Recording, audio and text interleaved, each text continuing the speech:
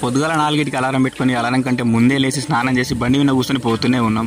ఏడికి పోతున్నాం అంటే కొలనుపాక పోతున్నాం. పోయేది పోగానే యాదగిరి టోల్ గేట్ వచ్చింది. అది దాటుకొని బండ్లకింతంత పెట్రోల్ పోసుకొని కొలనుపాక చేరుకున్నాం. ఉన్నకాడ ఉండక హోటల్లోకి పోయి దొరికినట్టు దవడ కింద వేసినాం. కడుపు నిండినాక బేవులు తీసుకుంటూ బయటకు వచ్చినాం.